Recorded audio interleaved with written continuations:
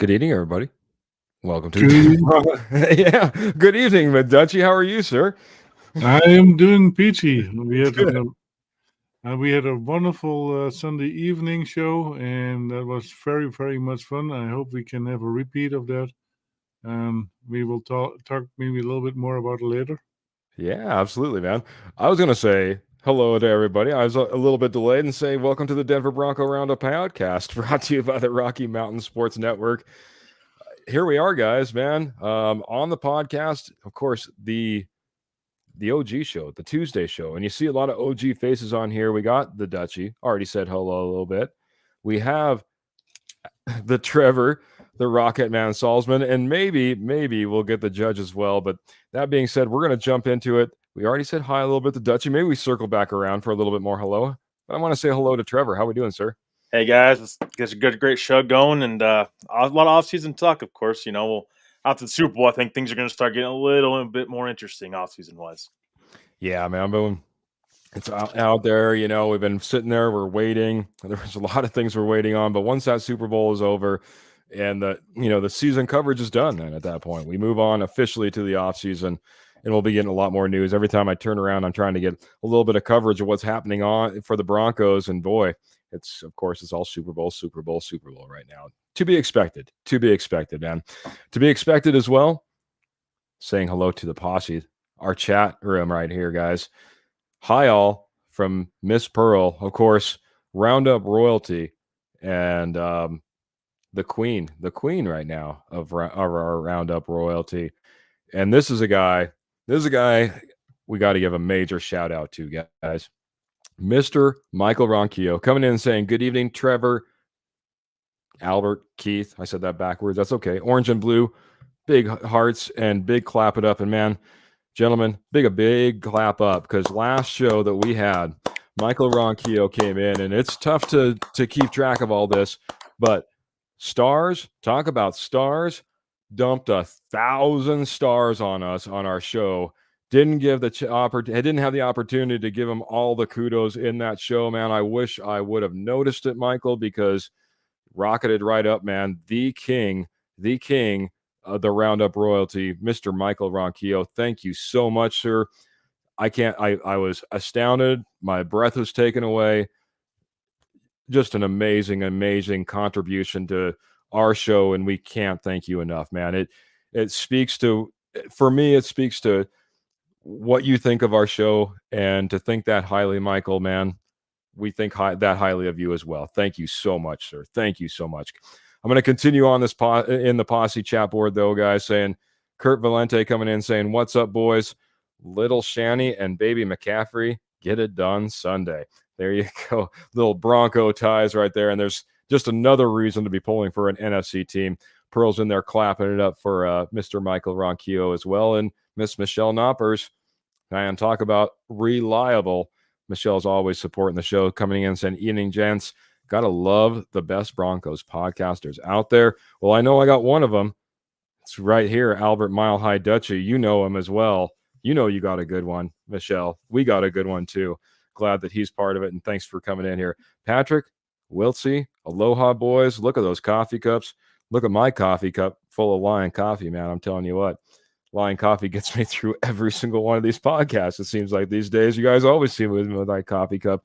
Patrick, appreciate you coming in here, being part of the show. Matt Staffiero coming in and saying, Nice to see RMS and DBR guys on this Tuesday evening. Hope you're all doing well. Hope you're doing well as well. Matt, that's a lot of wells.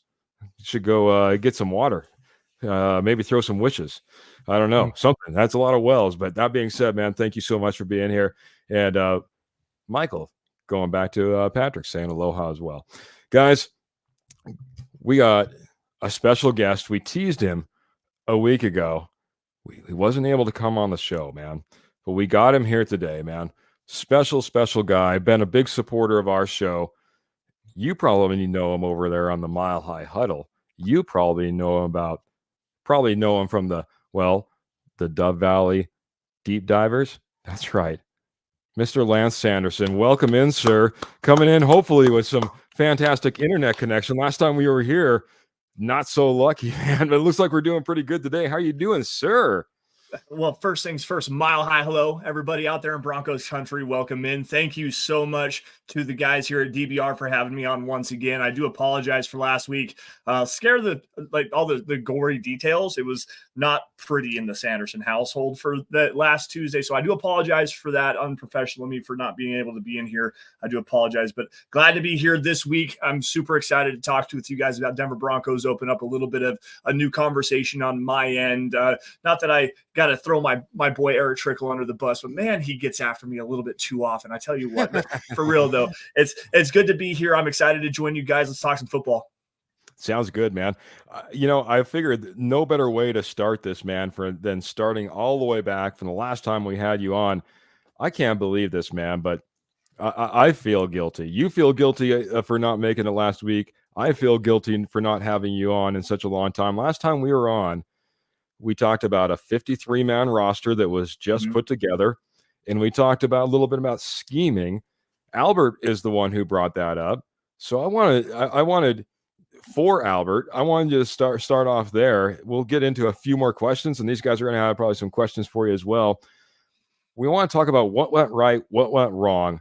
What went right and what went wrong with the Broncos scheming, i.e. the coaching that we saw play out on the field last year, in your opinion, Lance? Oh, man. Okay. So what went right was a lot of really good things. I thought the Broncos, when they did stick with the running game, it worked really well. A lot of people really want to bag on the offensive line a lot for their performance in pass protection, but that's another story for a later conversation. But running the football, hi Pearl, how are you? Running the football, they were pretty solid for the most part when they stuck with it. Javonte Williams showed a little bit of issues, but Jaleel McLaughlin, man, they found and unearthed a little bit of a gem there with him and his explosiveness coming out of the backfield. He did a good job catching the football out in space and just continuously creating explosive plays. Offensively, that's probably the best part of what we saw last season, because the passing game never really took off. And that's where I'm going to come back to the offensive line. Sure, that seemed like the offensive line gave up a lot of pressure. Somebody's breaking up here. Hopefully it's not me. Anyways, with the passing game, the worst thing was not utilizing Russell Wilson the right way, and I don't want to.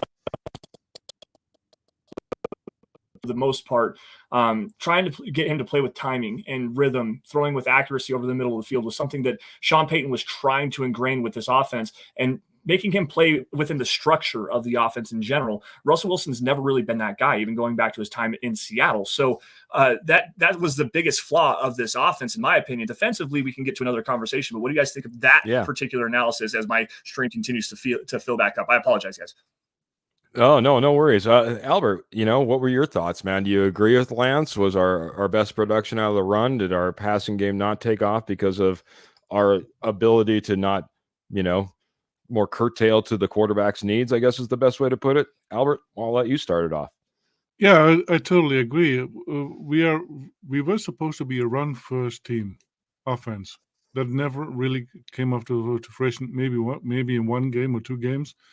And Russell Wilson is too short to pass over the middle.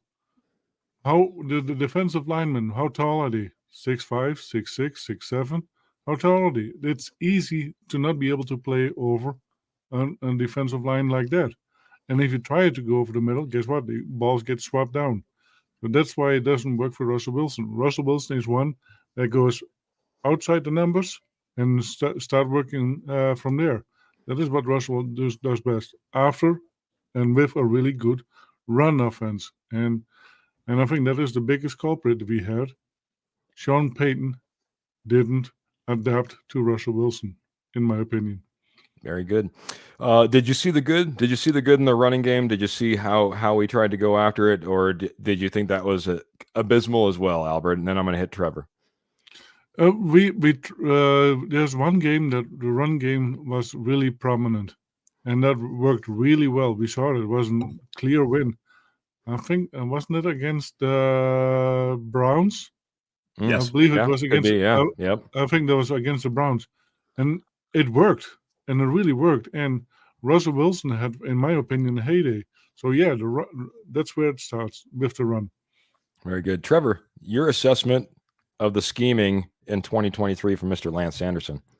Yeah, so I just want to welcome Lance. Thanks for being here once again. You guys do great work over there at Mile High Huddle. Thanks, yeah, man. I mean, I agree. You know, I think that again, it's something I think about the running backs just not being able to pick different holes. You know, and it's just again when you're averaging 5.4, you're running back that's averaging the most yards is Jaleel McLaughlin, 5.4 yards per carry. I mean, it's really hard. And again, this team is 18th in yards and touchdowns. I mean, you're just not getting no production from the running game. How many different times, Keith, have we seen? How we said on the show that I mean, this team can't run the football. You can't even get over 100 yards a lot of games. I mean, how is that? Even no matter who your quarterback is, that's putting a lot on your quarterback to be successful. Look at Buffalo. Look how far they got. And it wasn't with Josh Allen necessarily, was how with their running game and be able to balance that out. So good teams, you see it right now with the Chiefs and 49ers. They got to balance that out, and they just were never able to get that going, put Russell Wilson in a difficult situation. And again, I question why Sean Payton was always trying to get Russell Wilson to throw over the middle. That's not what he does. A lot of times, Russell Wilson, the success he has was off script plays. And so it's one of those things where it's concerning me going forward. Even if you get rid of Russell Wilson, okay, he's not the biggest problem. So we have that. What's the problem with Sean Payton then? Because Jared Stidham in the last few games, the offense didn't look any better. So that's just a big question going into the offseason that we'll find out sooner rather than later who was the culprit in this whole thing.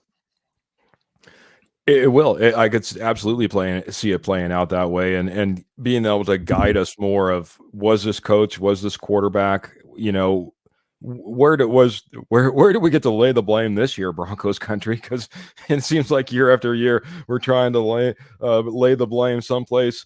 As I saw one podcast come out and say, unfortunately, we're going to probably see that carousel graphic come back that we all love on Fox typically, or CBS, or you name it. It seems like they all have it now. One thing I was kind of surprised about, just talking about scheme and kind of rewinding back to that episode that we had you on, Albert begged and said, man, can I get a question in? And his question was about this: 21 personnel and 22 personnel. The thing that surprised me the most, we were eighth most in 21. We were sixth most in 22 personnel. It seemed like we lined up in the right alignment in order to try to get the production that we wanted. It didn't seem like me, like you said, the running game never took hold. And with the running game never taking hold, we never had the opportunity for that passing game really to even develop. I mean, we were not good as far as 3 and outs were concerned either, guys. There was a lot of that going on. So trying to get that timing, that rhythm, it just never seemed like it happened, man. Hit the comments just really quick. Roger's coming in here. Thank you, Roger, coming in over on YouTube saying, I don't think we stuck to the run game like we should have. I think there's a lot of proponents of that. If Albert could be pointing all the way down at that, I think he'd be pointing all the way down at that as well. Michael Ronquillo, give a little props to that hat there. I like that hat as well, man. Saying nice Broncos hat, Albert.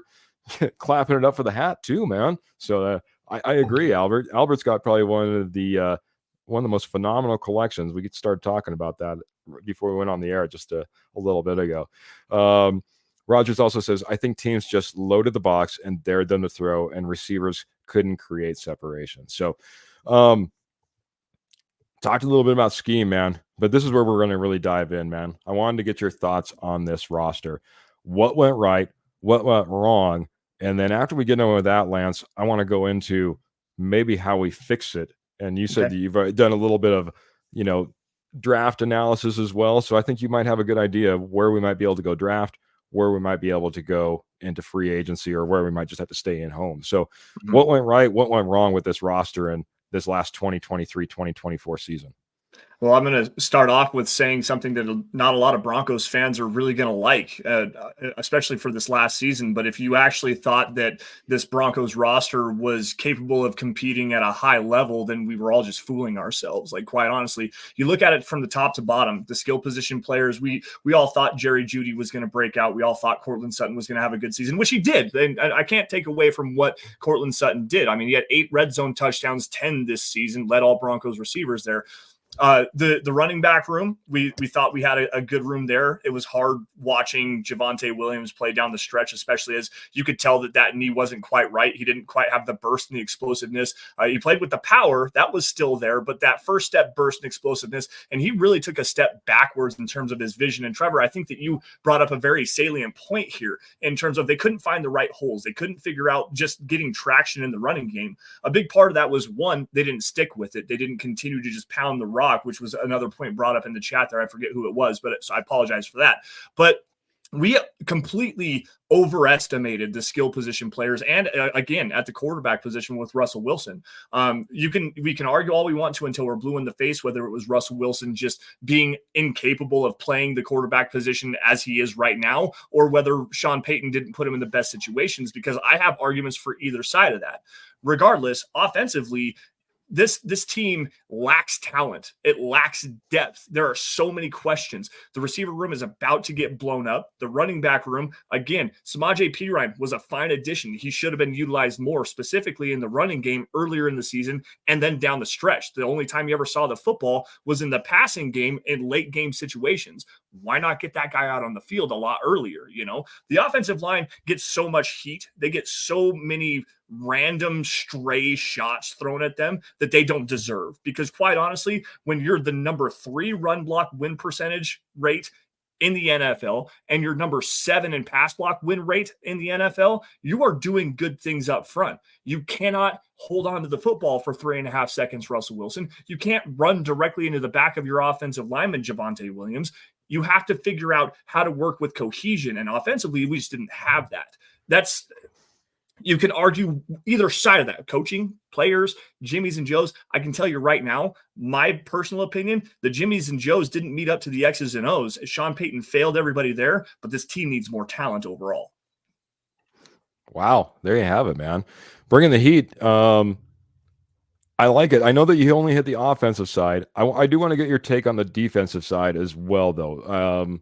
And then we'll dive into how do we fix these things, because I think there's going to be some holes on either side, whether we create them or whether we want to create them or whether we don't want to create them. They might just happen. So what did you think about the defense and the roster that we put out there? What was good? What was bad? So the big thing was you whiffed big time on your players in free agency over the last couple of seasons, one of them specifically being Randy Gregory. You gave $70 million to a guy that had never really played a full 16-game slate in his entire career and banked on him being the true Batman for your pass rush unit. You didn't go fortify the interior of the defensive line outside of bringing back Mike Purcell on that deal that he was on.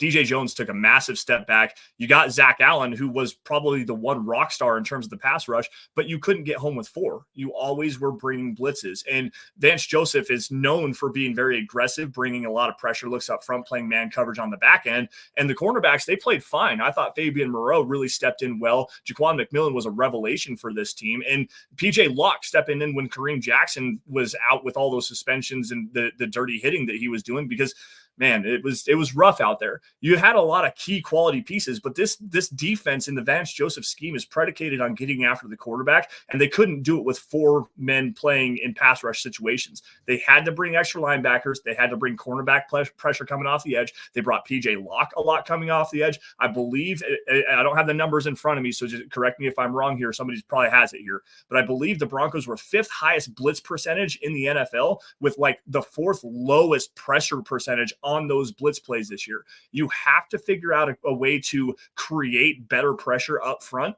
in terms of getting after the quarterback so that your man coverage on the back end can actually hold up and stay sticky in coverage. Because that, again, here comes the cohesiveness of this unit. Vance Joseph did identify what the issues were. He knew that he didn't have horses up front to actually get after the quarterback, not to take shots here at Benito and Browning and Jonathan Cooper, who I thought were great in what they were, but they're not guys you can rely on and hang your hat on specifically as edge defenders coming off and creating your pass rush for you. So again, more talent infusion for this team is definitely the way to go there. I like the scheme. I like the continuity they're bringing Vance Joseph back to this team. But again, you got to have the talent up front to be able to match those Jimmies and Joes to the X's and O's.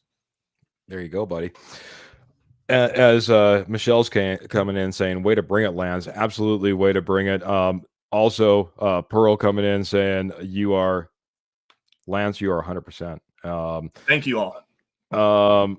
Roger also saying, Lance, welcome to the show. It's good to see you in here, brother. So good friend of the show, Roger, and loving some Lance as well. So I want to throw it over to my co-hosts. I'm sure they have a couple of questions about the roster. I'm going to start off with Trevor. Trevor, you have some thoughts, questions, comments for Lance and this Denver Broncos roster last year? Oh, don't have your mic on, bud. Oh, maybe technical difficulty. So I'm going to switch over to Albert first, and we'll get Albert's thoughts on this, man. Roster questions or comments from Lance on this roster. So, Lance, if it would be you, and you would be the head coach, and you would bring up some, you need some defensive linemen, where would you go, draft or veterans who are free agents? It's hard because the Broncos in their current cap situation, they've got to clear at least $20 million, and I think it's $23 million in salary cap space right now just to be able to play in free agency, and they don't have a lot of draft picks. So it's difficult for me to go there. If I'm looking for a veteran free agent that's going to come on on a cheaper deal that you could possibly get in, Sebastian Joseph Day, formerly with the 49ers and with the Los Angeles Chargers there for a little stint, bounced around a little bit as well. He's a quality run stuffer. He can offer a little bit of inside pass rush for you as well. More 3 to 5 technique, kind of an interior guy. Not going to be able to hold up in terms of a nose tackle, which is a big key component for Vance Joseph's scheme, especially in the running game. But if you're going to get a quality veteran, cheap free agent guy, Sebastian Joseph Day fits very well with what this Broncos team needs. Right on. Trevor, I think we got everything figured out now. And so a couple roster questions or comments there for our good friend from Lance here. Sorry. Yeah, Lance is right. This team is 5th in blitz percentages with 35% of the time. And then pressure percentage, they were at 18%, which is 29th in the NFL. So again, even when you were blitzing, you weren't really getting pressure anyway. So I think that starts up front with your defensive line. You got to at least find 2 guys up front other than Zach Allen and get after the quarterback. You're putting way too much pressure on probably B-tier edge rushers, in my opinion. You don't have that A-tier edge rusher right now on this roster. But yeah, Lance. So here's I'll switch it over to the offense side of the ball a little bit. What would be your realistic plan to address the quarterback position this offseason? I think I've got like 3 different ideas that I want to bounce around for everybody. Okay. I'm not going to do that all, but the first things first is right now the Broncos sit at number 12 overall.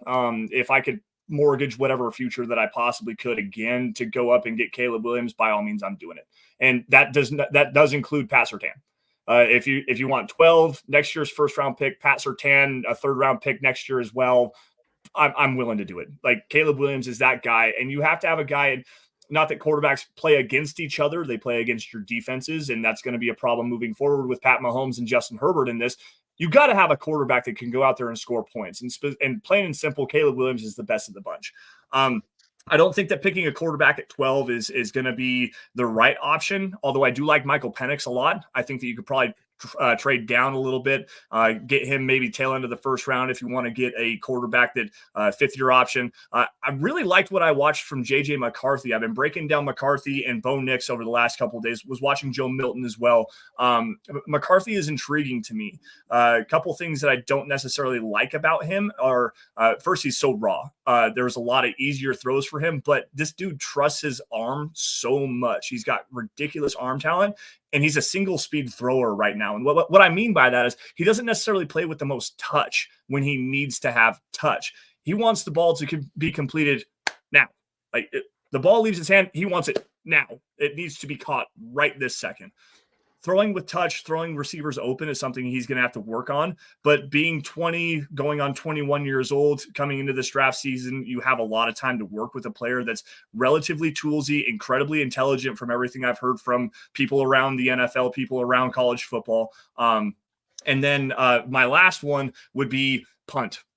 You don't need to take a quarterback right now. Because, again, this roster from top to bottom is a giant colander, like a strainer, a dish strainer, essentially. There's holes everywhere. Quarterback. Let's go depth on the offensive line. We need a center. We potentially need a left tackle. We potentially need depth at guard. We potentially need 2, if not 3 wide receivers because you don't know the future of Cortland Sutton or Jerry Jeudy or Tim Patrick. All those guys are going to be potentially gone. The running back room on the offensive side of the football is quite honestly the most stable room that you have, and you still have questions about Javonte Williams moving forward. You might need a better depth piece there because Javonte Williams is going to year 4 of his contract. Who's going to fill in the role for there? Defensively, edge is a huge need. Linebacker, you've got Josie Jewell as a free agent this year. Alex Singleton could be a cap casualty. You need interior defensive linemen. You've got a hole at cornerback. Kareem Jackson is a free agent. Actually, he's not even on the team anymore. PJ Locke is a free agent this season. Justin Simmons is rumored to be a trade piece for multiple different teams right now. You don't need to get the quarterback right now, which leads me to my final point. I think you need to punt right now. If you don't truly believe in the guy, you don't have draft capital, you don't have money, you need to utilize this year to trade back as far as you possibly can, if you can. Finding a trade partner to move down also requires a trade partner willing to move up. That's going to be a problem in this particular class where the Broncos sit right now. So you have to finalize a quality plan to get more ammunition to build up the roster in general, and then maybe look for a quarterback next year. And that sucks. It does suck because it puts us in the same position we've been, kind of wanting, waiting, wondering where we want to be, man. Lance, I said we're going to bring you in here for 10, 15 minutes. I've already pressed you pretty hard, but I can't get you out of here without hitting the posse and maybe a question from them as well. So, Lance, I got Roger coming in. I think it was, I'm sorry. It was Michael Ronquillo coming in. Michael Ronquillo wants to know Dallas Turner or Jared Verse.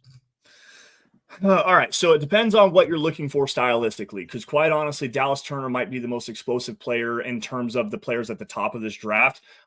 He's not a Will Anderson. He's not a guy like a Kayvon Thibodeau or even an Aiden Hutchinson. He's bursty, he's bendy, a little raw, needs to develop some more play strength and a little bit refinement in his pass rush plan. But if you're looking for a straight line speed to power guy, Jared Verse would be the guy you're looking for there. The guy that I like probably the most out of those three, I'm going to bring up another player here, Laiatu Latu, the UCLA kid. When going through his tape and even watching him at the Senior Bowl, there are times where this kid's hand placement and hand usage in terms of keeping blockers out of his frame rate, out of his frame, his chest plate. He does so many different things. He's got a good forklift move. He does a rip swipe, got a spin move in there, a swim move on the top of it, and he chains things together. Just bing, bing, bing, bing. And like every single second, he is working to create separation to try to come up with a quality pass rush plan to get after the quarterback.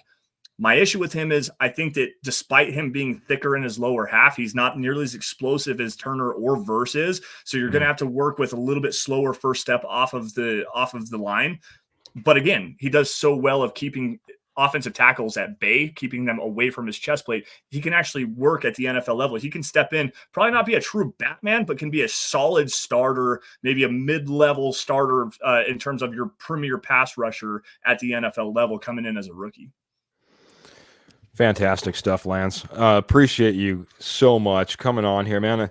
I know that 10 to 15 minutes is not nearly enough. We put a ton on your plate. I would have liked to got in more questions from, well, our co-hosts here, even the posse, but we're going to continue the conversation. But before we get you out of here, I got to have you come in here and tell us all about Dove Valley Deep Divers, when it's on, when we can catch you, all the wonderful things that you're doing over there at Mile High Huddle, because quite honestly, you're inspiration for us as well. And you guys got great stuff. Appreciate you coming on here and being part of our show. So take it away, Lance. Well, first things first, before I get into that, I'm available. I have all night. If you guys want to continue this conversation, let's go. I'm here to talk football. Like you said, 10 to 15 minutes. The wife went to bed. The kids are already asleep. I'm here for the long haul if you want me. So with that said, though, guys, Dove Valley Deep Divers podcast is my podcast. I co-host that show with Eric Trickle on the Mile High Huddle podcast network. Just go to YouTube, wherever you get your podcast, search Mile High Huddle. We go live every single Friday evening at 6 p.m. Mountain Time, 8 p.m. Eastern.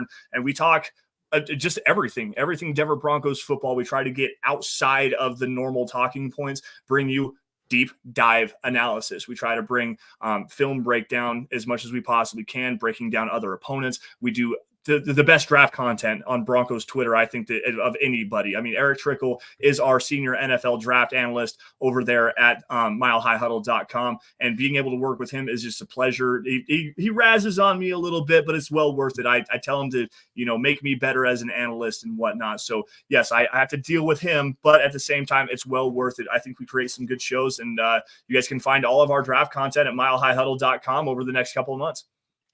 Fantastic. Lance, I'm going to take you up on your offer. I don't think we're going to kick you out of the posse right here, man. We're going to get to a bunch of questions. I want to get to one, and then I'm going to throw it over to my co-host really quick, because you said that you had to put up with Lance. Well, we had to put up with a few people as well. So I'm going to get over to my good co-host, Jody. Jody! Moncrief. No, all good play. But he wants to know, I'm going to go around the horn on this one. So actually, we'll start off with Lance. We'll go to Trevor. We'll head down to Albert. And I want your thoughts on this. Does Peyton Manning get a pass if his bridge quarterback fails here in the upcoming year? Lance, what are your thoughts on that? And then I'll bring it all the way around. Like I said, you, Trevor, Albert. Take it away, Lance. Plain and simple, yes, Sean Payton does get a pass if his bridge quarterback fails, because the bridge quarterback is not his actual plan at the quarterback position. And what that tells me is that he doesn't believe in any of the quarterbacks in this year's draft, and he's actually trying to find that answer. So if he doesn't like one of those guys this year, then the bridge quarterback is going to be the guy that get him to the next quarterback class where he can then go get his guy. I think 2026 or 2025, the 2025 season is more important for Sean Payton than 2024 is. There you go. I'm gonna bring it over to Trevor, get your thoughts, and I'm gonna kind of eke it in a little bit more for Albert on this one too. But go ahead, Trevor. Your thoughts on this? Yeah, I don't think Sean Payton gets a pass if he goes after a bridge, because I think in releasing Russell Wilson, he's got to have his guy in mind to replace Russell Wilson. You've got to have an upgrade in mind, and I don't know that he wants necessarily that's in the draft, because he's really not drafted somebody high. Yeah, I know he was saying about how he's going to pick Patrick Mahomes. I mean, I get that, 100% get that, but he just doesn't have a history of doing that. So I think he has to have somebody in mind that he knows is an upgrade in his system, because why else would he be getting rid of Russell Wilson if if you don't have an upgrade in mind already to replace him? That's my only thing. So I think that would be his guy. And we're starting to see this with, I think, most of this roster now. If this roster fails over the next few years, that is on Sean Payton, because now he's starting to pick his guys and bring them over to Denver, whether they're from the New Orleans Saints or not. I mean, he's now in charge of this roster. George Payton is kind of his scout right now. Sean Payton's got to have final say. That's just what the power he has right now in Broncos front office. So, I mean, I do think it does fall on his shoulders a little bit if your bridge quarterback doesn't work, because I think you should start to have some sort of success at some point in time if it's your guy and you're picking him to be an upgrade over Russell Wilson. But before we get to before we get to Albert, I want to ask Trevor a question here really fast. Okay. How much blame do you put on the current roster that Sean Payton inherited when he first came into the season and the salary cap situation that you have with the Russell Wilson contract? Because Sean Payton wasn't here for that. He has to reset everything. How much weight do you put on him for that? Yeah, I don't put a lot of weight on him for that, but I do put a lot of weight on him for where this team is cap-wise right now because of what you did with the offensive line last year. I get that needed to be addressed, but you still put a ton of money and resources in that offensive line, knowing that you have this coming. This decision may be coming because I think that was part of the interview process, and I mean I'm not sure of that for sure, but I think like Sean Payton has some sort of reassurance that if Russell Wilson did not work out here in Denver, that he can move on from him.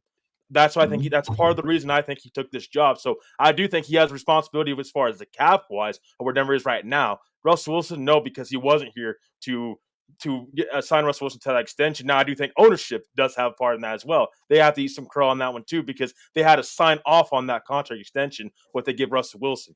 George Payton too. Don't get me wrong, but ownership has final say when it comes to that big of money. They have to sign off on it. Yeah. Albert, Greg Penner said it pure and simple. We have higher expectations than what we saw in this last season. So if Sean Payton brings in a bridge quarterback and he fails, does that go against Sean Payton?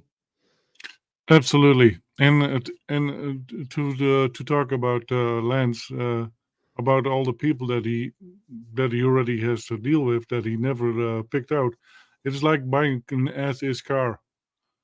You take the responsibility to buy the car, or take ownership of the car, and if the car fails, it is on you. And Sean Payton said he could turn this organization around with what there was, and he has proven it a little bit. But guess what? One thing he cannot do is adapt to the player's strengths, and that is for me a part of being a head coach. You need to be able to adapt to the player's strengths and bring a scheme that works for all of them. And we have not seen that last year of 2023. That's a good analogy. I appreciate that analogy. I've never thought of it that way. The used car analogy is really good, Albert. I appreciate that. I agree, man. That is good, man. When you sign up all for everything that's there. You don't get to sign up for parts and pieces. You don't get to sign up for everything, the add-ons that you put on. I'm gonna put a turbo on this car, but it has no doors.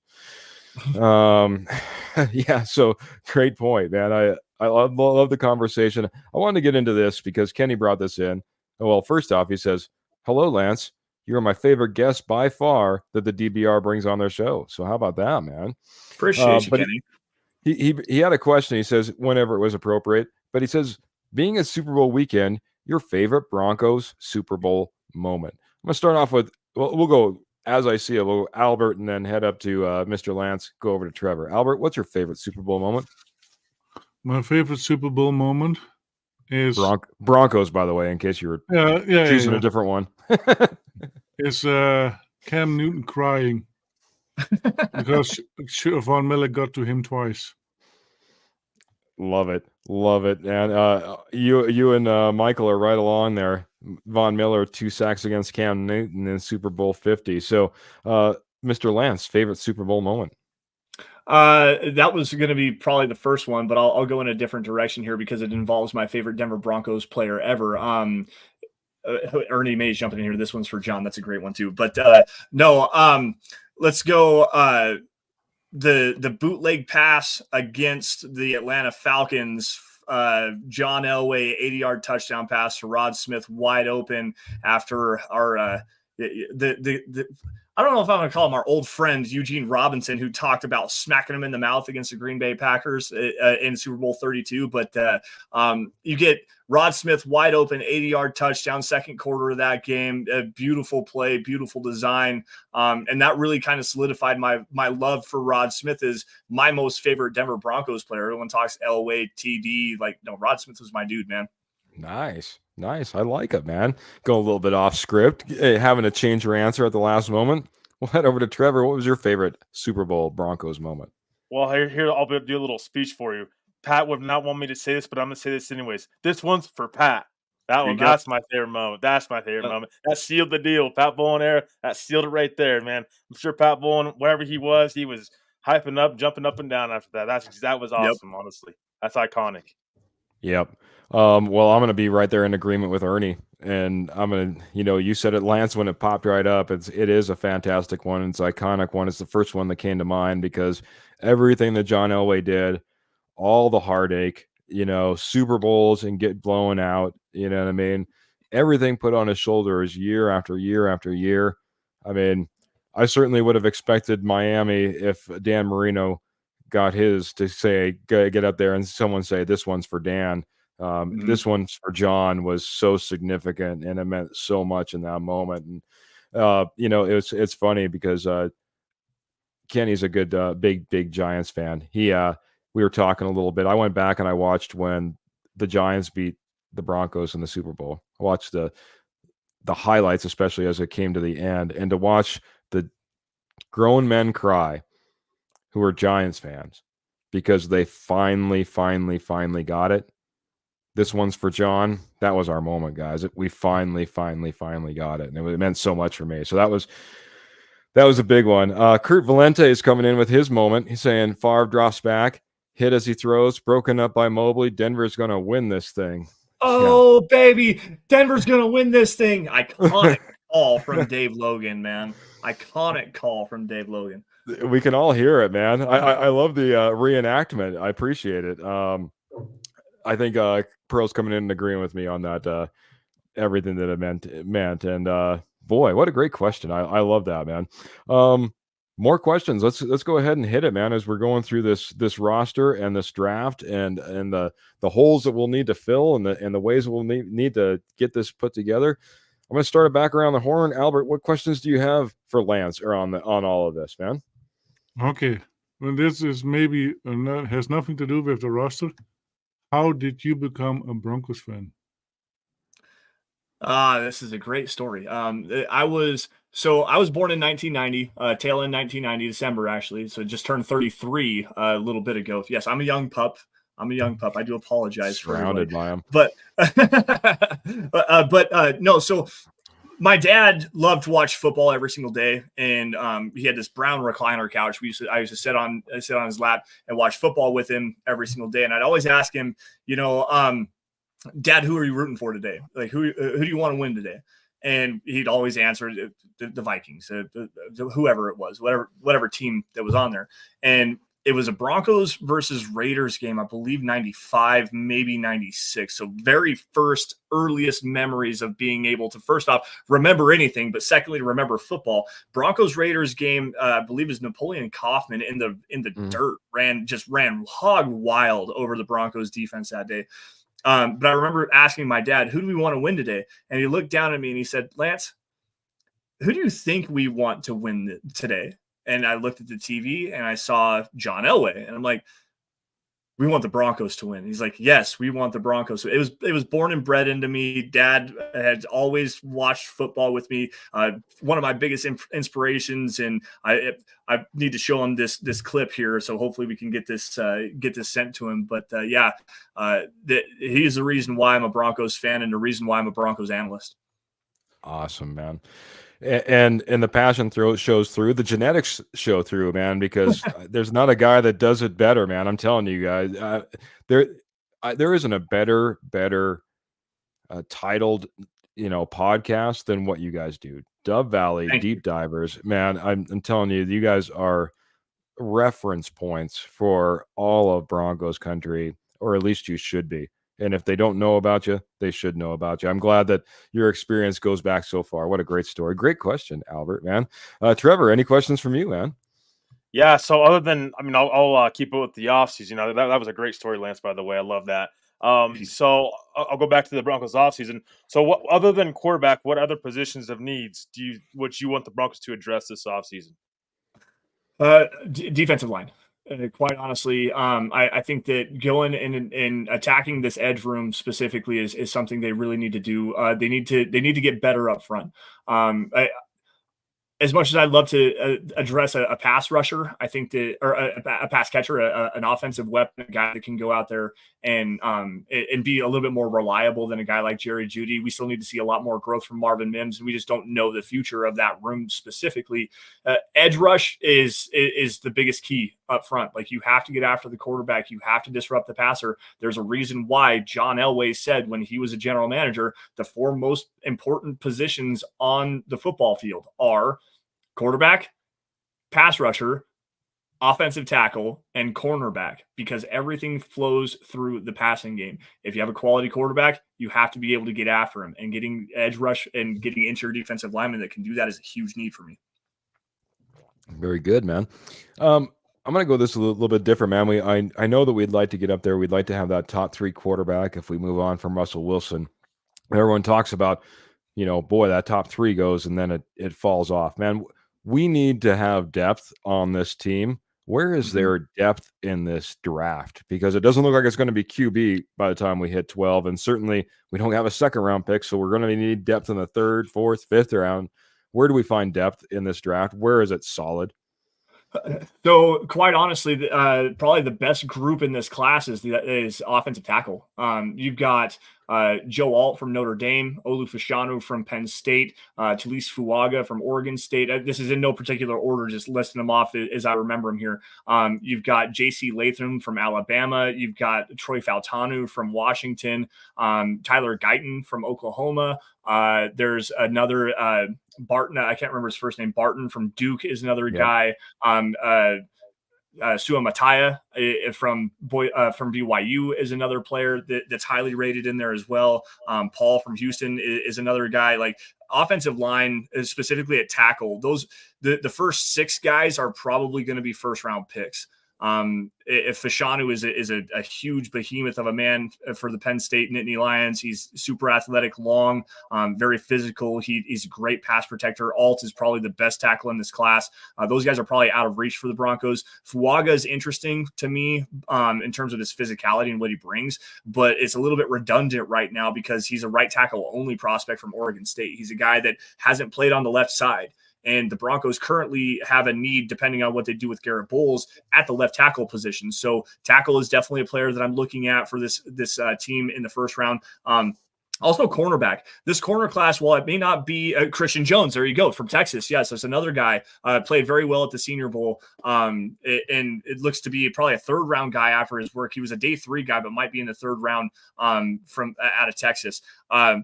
Cornerback is huge right now. I know Terrion Arnold has been mocked around for the Broncos a couple different times. Quinyon Mitchell, the kid out of Toledo, who just absolutely destroyed the Senior Bowl, is a guy that I really like. Maybe not quite the best scheme fit for what Vance Joseph wants to do defensively, but after seeing him in the Senior Bowl playing in press coverage, he really blew me away. Kool-Aid McKinstry I liked a lot. Cooper DeJean from Iowa, there's another good quality player there. And then an Iowa guy. Imagine an Iowa guy, right? Yeah, an uber athletic Iowa guy, by the way. He's crazy athletic and super versatile too. Like, boo Iowa. Nick Kendall sucks. I'm kidding.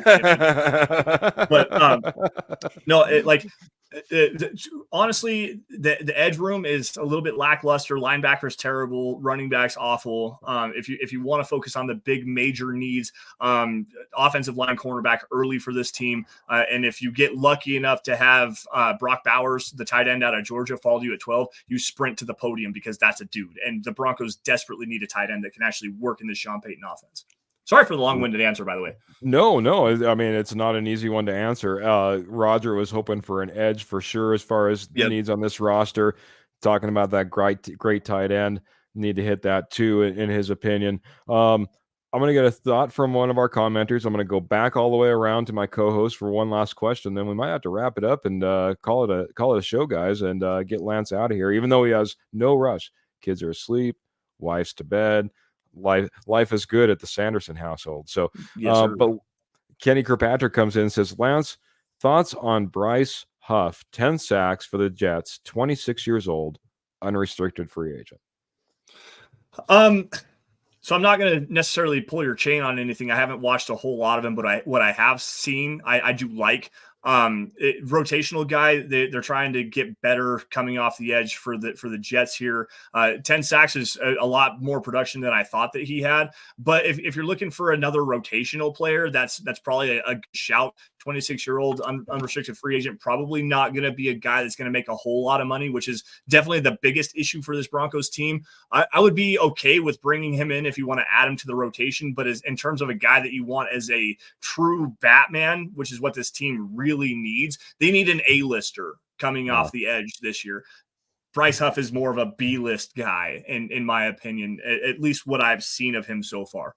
Okay, I got one more from the chat, and then I'm going to hit my co-host because Michael Ronquillo, good supporter of the show, comes in and wants to know, would you move right tackle McGlinchey to left tackle if we do move on from Garrett Bowles? And he's saying, obviously, we'd end up drafting your right tackle at that point. Would you make that move with McGlinchey? I believe did he play left in college, or am I just making things up? He did. He played left tackle for Notre Dame next to Quentin Nelson, but he's always played right tackle at the NFL level.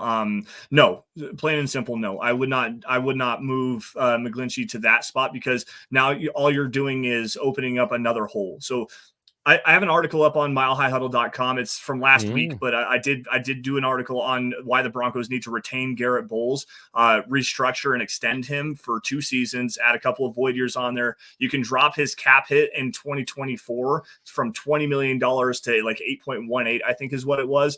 You'll have bigger cap hits in 2025 and 2026, around 21 million or so. But given the state of this roster right now, there's too many holes. Getting rid of Garrett Bowles only adds another hole. So to me, I think you need to stick with him at least for another year, maybe 2, as this team continues to build through the draft. So no, I would, if you're moving on from Garrett Bowles, I would rather, there's another name I missed here. Amarius Mims, the left tackle from Georgia, raw, hyper athletic guy, very physical, great length, moves very, very well for a guy his size, or Tyler Guyton. I would much rather try to find a trade back partner and see if you can land one of those 2 guys around the 20s area. All right, guys, we got a question apiece maybe for Lance, man. And he's given us so much, man. Appreciate the brain that he brings to our show this evening. And let's get it all lined up. Pick your very best, gentlemen. I'm gonna start off with Trevor, man. What do you have for Lance? And then we'll go over to Albert. We'll get on out of here. So, Lance, what out of all the guys need to restructure, right? Simmons, Bowles, all those guys, also Sutton.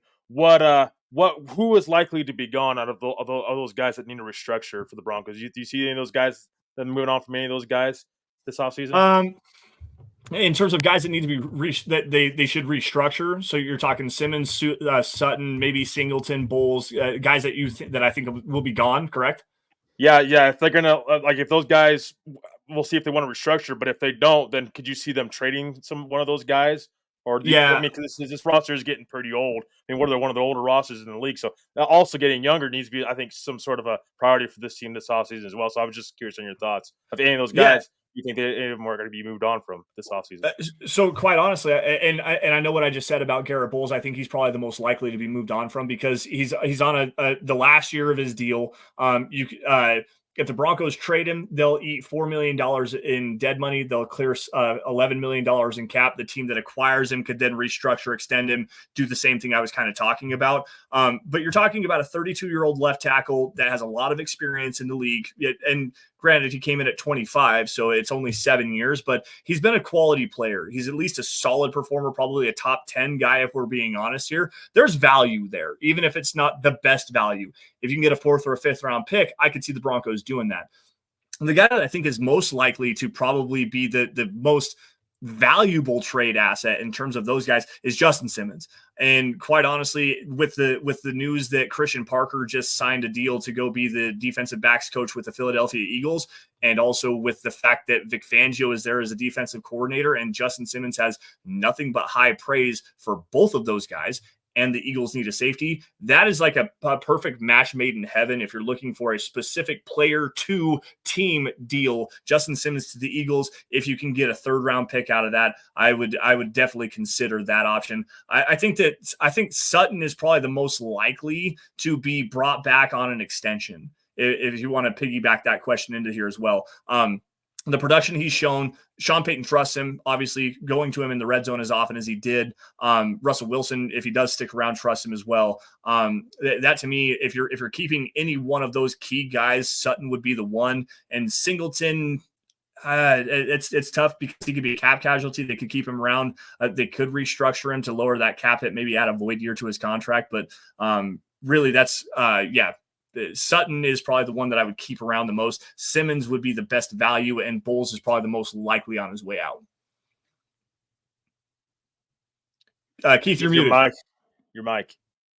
He's still muted. How about that? There you go. Sorry about that. Bam, bam, bam.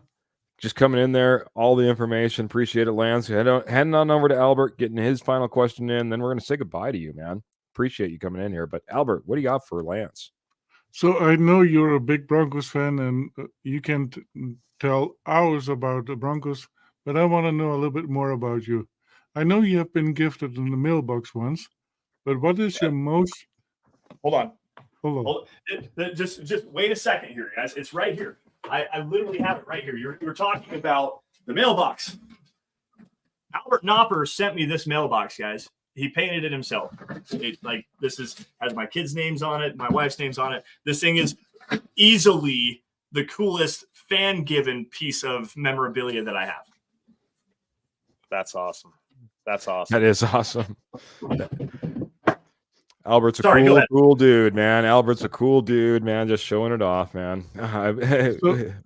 So I wanted to know, what is the most precious gift you've ever been given? The most precious gift I've ever been given? Oh, that's easy.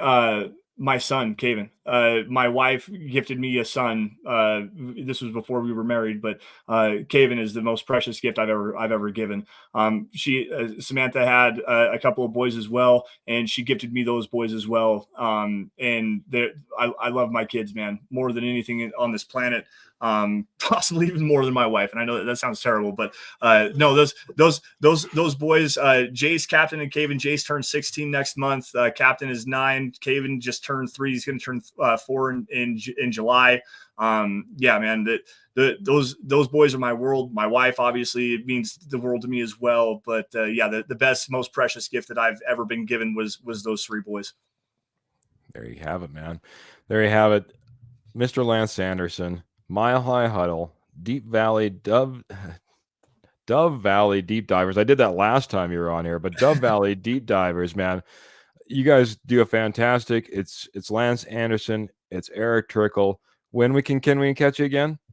Friday night, 6:00 on Mile High Huddle's YouTube page. We go live over there every single week. Anywhere you guys get your podcasts, Apple, Spotify, YouTube, we stream live to Facebook, Twitter, Twitch as well. Wherever you guys want to find our stuff, just search Mile High Huddle across all social media platforms. You can find where we're at and come support us, come join the shows. We'd love to have you there. And Kenny, thank you, dude. Thank you all for having me first and foremost. I appreciate it more than you guys know. And it's always fun. This is something that I've always talked about. And I believe this to be one of the most true things that we all need to be better for in terms of media members, whether it's myself, and I'm not to throw you guys under the bus or anything like that, but whether it's radio stations, other podcast networks, other websites, being collaborative is a great way to open up conversations. It creates new conversations for the fan base to become better educated. It opens up great friendships for everybody. And I think that a collaborative and creative media scene is one of the best media scenes that you could possibly ever have. So again, guys, thank you for having me. I definitely appreciate it. Anytime you guys have an opportunity for me to come on, as long as I don't get sick again, I will definitely be here. We love you, Lance, man. You're fantastic. Love everything that you do over there, not only from the podcast side, but make sure you check out Mile High Huddle website. Man, you guys do some fantastic articles as well. So, Lance, thank you so much, man. I hope you have a fantastic night. We will get you on here so much sooner than last time. I promise, man. You got too much knowledge, man. We got to get you on here again, especially with the draft coming up. So, appreciate it, sir. Have a great night. We're going to get you out of here. Thanks, guys. Appreciate you. We'll see you later. Thanks. Good. Oh, might have cut him off just a little bit. Sorry about that, man. Lance, fantastic, guys. What a great show. We did miss Jody. We were hoping we were going to be able to sneak him in here, sneak in the judge before the end of the show, man. But Judge wasn't able to make it. We'll have to have a ruling for another day. He did jump in the comments a little bit, but just couldn't make it onto the podcast, man. And Kenny, I got to, before we get out of here, man, because Kenny came in with some great questions. I got to give a big shout out to Kenny. He's coming in and saying great guest, but man, Kenny, if you guys didn't check out our last podcast, man, you guys absolutely missed out. Kenny came on. He put together a fantastically ran around the horseshoe. Unbiased, I won. I'm just gonna let you guys know right now, man, because well, I'm not great, but that's it. Just sing your praise right now. We'll be doing another one here, probably pre-free agency. He's gonna be singing his praise. We're taking that championship belt. Me, Albert, or Jody are taking that championship belt, and we're gonna be wearing that. Well, there you go, man. Sound like a WWE moment over here, but no. But that being said, guys, Kenny, I thank you so much. Appreciate you so much. You put so much effort into it. Made it a fantastic show. Such a fun show too, man. I loved it, guys. K&K Sports Show. That's where Kenny's from. Check out the K&K Sports Show. It doesn't matter if it's Giants. Doesn't matter if it's Broncos, Yankees, Major League Baseball, NFL football, a little bit of NBA basketball. They cover it all. Wits and wagers. K&K Sports Show, go check those guys out. They're fantastic. If Kenny does that much work, that much preparation for our show, you can only imagine what you get over on the K&K Sports Show. Thank you guys so much for jumping on here and being a part of our show last podcast. Thank you, Michael Ronquillo, again for the 1,000 stars you dropped on that podcast as well, man. And just really quickly, thanks to Lance for coming on tonight as well, man. Guys, we got to wrap it up. We got to get out of here. I can't believe the hour just spooled right past. So that being said, let's get some final thoughts. I'm going to start off with Albert. Seems like I might have went to you second a lot. So I'll go to you first as far as closing you out. How you doing, buddy? I'm doing great, and yeah, no worries. I had my conversation points, and that was a really good, fun show. And we got to know Lance a little bit better. And that is always very nice. And by the way, funny thing, my addiction with the Broncos started with a Raiders Broncos game as well. There you go. There you go, man. So yeah, it was a really, really, really good show tonight. I want to thank everybody who was in the show, who was commenting and participating.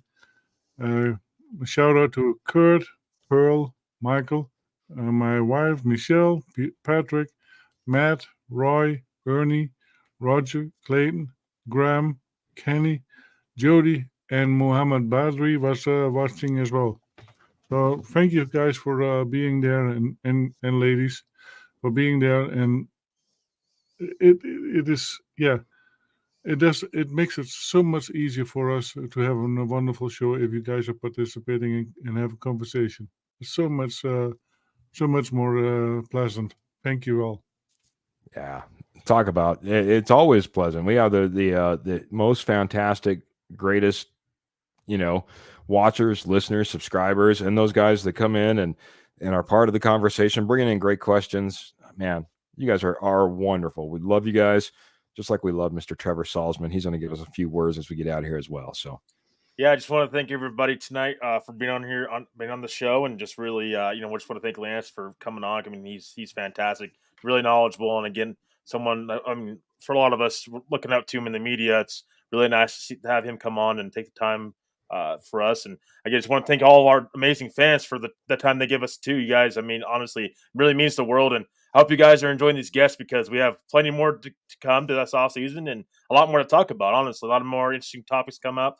We're going to be, again, after the Super Bowl, I think we'll start getting news. So hang in there. I know it's been a little tough on the news side of things, but again, hang in there. We're going to bring it all to you and, go Broncos. And again, thank you guys for everything. You guys really mean a lot. And just keep sharing, guys. Keep sharing, liking, subscribing, the whole 9 yards, guys, because a lot of exciting content that we're going to continue to bring to you guys. That's on the writing side, and that's also on the podcast side. So just continue to support us because we really appreciate it. Go Broncos. Go Broncos is right, man. Denver Bronco Roundup podcast, of course. You can catch us every Tuesday, Friday, Sunday, 7 p.m. Mountain Standard Time. We're brought to you by the Rocky Mountain Sports Network. Check out Rocky Mountain Sports Network for all your Colorado sports needs, whether it be Broncos, Avalanche, Nuggets, or Rockies, man. We got you guys covered. Check out Rocky Mountain Sports Network today. If you want to, you can head on right on over to RockyMountainSN.com. Or of course, we're over on Facebook, we're on X, we're on YouTube, we're streaming our show now over on Apple Podcasts, we're on Spotify. So, man, you can take your Denver Bronco Roundup on the go, man. Whether you're catching it live, on the go, we appreciate you guys a ton. Roger's doing the right thing, guys. We got his name written down. We got a bunch of names written down. We'll be getting that giveaway soon. Remember, if you're over on YouTube, you should be on YouTube. That's our preferred platform. Type winner in on the comments, just like Roger did. And now you're entered to win our giveaway, guys. We'll be giving away that away soon. I know I've been saying that for a while, but I promise it's coming right around the corner. Maybe before we get to draft time. We need to get it done before that. That's for sure. So, guys, thank you so much. Appreciate everyone that jumped in, contributes, is a part of this this whole thing that we call the Denver Bronco Roundup. You guys are fantastic. Appreciate all the support. We're going to get out of here. Hope you have a great night. And don't forget, check us out Tuesday, Friday, Sunday, 7 p.m. Mountain Standard Time. See you all again soon. Good night.